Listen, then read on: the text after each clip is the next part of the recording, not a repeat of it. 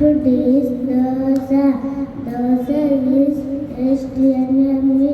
I like to eat with chutney. Starting వీడియోలో అయితే చూసారు కదండి, మా బాబు ఫేవరెట్ ఫుడ్ దోశ. సో వాడికి నేను చేసే దోశలు అంటే చాలా ఇష్టము. సో అందువల్ల నేను ఎలా ఫీల్ అవుతానంటే, నేను దోశ వేయడంలో పర్ఫెక్ట్ అని నేను ఫీల్ అవుతున్నాను. సో అందుకోసం నేను ఎలా దోశ బ్యాటర్ ఎలా ప్రిపేర్ చేస్తానో మీరు కూడా చూస్తారని చెప్పి చేస్తున్నాను. సో దానికోసం నేను ఒక 1 గ్లాస్ మినపగుళ్ళు తీసుకున్నాను అనమాట. మామూలుగా అయితే మనం 1 గ్లాస్ మినపగుళ్ళకి 2 గ్లాసెస్ రైస్ తీసుకుంటాము. కానీ ఇక్కడ 1 గ్లాస్ మినపగుళ్ళకి 1½ గ్లాస్ రైస్ తీసుకుని, అలాగే హాఫ్ గ్లాసు సగ్గుబియ్యం అయితే నానపెట్టుకున్నాను. ఎందుకని నేను లాస్ట్‌లో చెప్తాను. వీడియో లాస్ట్ వరకు చూడండి. సో అండ్ అలాగే కొద్దిగా మెంతులు కూడా వేశానండి. టేస్ట్ కోసం, క్రిస్పీ కోసం మనం మెంతులు వేసుకుంటాము. అండ్ ఇప్పుడు 3 అవర్స్ నానిపోయినాయి కదా! మామూలుగా అయితే మనకు మినపగుళ్ళు 1 అవర్‌లో నానిపోతాయి. సో నేను రైస్‌తో కలిపి నానపెట్టడం వల్ల 3 అవర్స్ నానబెట్టాననమాట. ఆ 3 అవర్స్ తర్వాత బాగా వాష్ చేసేసుకుని, ఫస్ట్ మినపగుళ్ళు, రైసు కలిపి నేను గ్రైండ్ చేసేస్తున్నాననమాట. కొద్దిగా వాటర్ పోసుకుంటూ లూజ్ టెక్స్చర్ వచ్చేదాకా మనం గ్రైండ్ చేసుకుంటూనే ఉండాలి దోస పిండి అనేది. ఇలా కొద్దిగా గ్రైండ్ అయిపోయాక మనం కొంచెం ముందు నానబెట్టుకున్నాం కదా సగ్గుబియ్యము, వాటిని కూడా వాష్ చేసేసుకుని ఇందులో వేసేసుకోవాలి.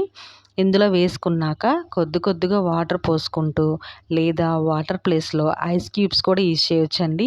ఏదైనా పర్వాలేదు. మీకు ఏది అవైలబుల్గా ఉంటే ఐస్ క్యూబ్స్ అవైలబుల్గా ఉంటే ఐస్ క్యూబ్స్ వాడండి. అండ్ అలాగే సగ్గుబియ్యం ఎందుకు వాడాను అంటే టేస్ట్ కోసం అండి. మనకి దోశ అనేది మెత్తగా క్రిస్పీగా వస్తుందన్నమాట. మనం మెంతులు కూడా వేసాం కదా, ఆ మెంతుల వల్ల క్రిస్పీ అండ్ అలాగే సగ్గుబియ్యం వల్ల మెత్తగా టేస్ట్గా బాగుంటుంది. దానికోసమని వేశాను నేను. సో మనం గ్రైండ్ చేసే దాంట్లోనే ఉంటుందండి దోశ టేస్ట్ అనేది. గట్టిగా రుబ్బుకుని నెక్స్ట్ డే వేసుకునేటప్పుడు మనం పల్చన చేసుకోకూడదు బ్యాటర్ అనేది.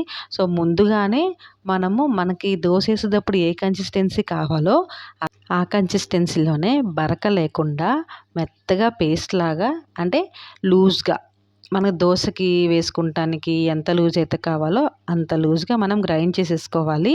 చూసారా ఎంత లూజ్గా, ఎంత సాఫ్ట్గా వచ్చిందో. నాకు ఎర్లీ మార్నింగ్కి పిండి అనేది పొంగింది కూడా అండి. చాలా టేస్ట్గా ఉంది దోశ అయితే. చూసారా దోశ వేసేటప్పుడు దోశ వేస్తుంటేనే తెలిసిపోద్ది మనకి స్మెల్ అనేది, సర్కిల్ అనేది మనం వేసేటప్పుడే ఎంత మెత్తగా ఉంది, బరగ్గా ఉంది ఏంటని చెప్పి మనకు ముందే తెలిసిపోతుంది. సో మీకు ఈ బ్యాటర్తో ఆనియన్ దోశ కానీ, మసాలా దోశ కానీ, ఎగ్ దోశ కానీ సూపర్బ్గా వస్తుంది. టేస్ట్ కూడా చాలా బాగుంటుంది.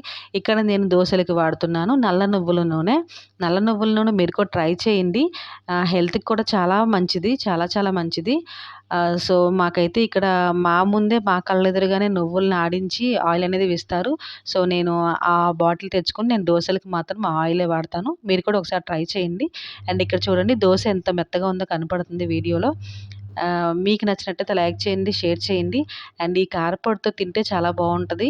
అండ్ ఇది కారపొడి అని కాదు, పౌడర్ అని చెప్పాలి. దోశలకు కానీ, ఇడ్లీకి కానీ ఈ పౌడర్ అనేది సూపర్గా ఉంటుంది. ఈ పౌడర్ కూడా ఎలా చేయాలో నేను మీకు త్వరలోనే వీడియో పెడతాను. అండ్ ఈ వీడియో కనుక మీకు నచ్చినట్లయితే సబ్స్క్రైబ్ చేయటం మాత్రం మర్చిపోవద్దు. మరిన్ని వీడియోస్ చేస్తూనే ఉంటాను మీకోసం అనేది. Thanks for watching.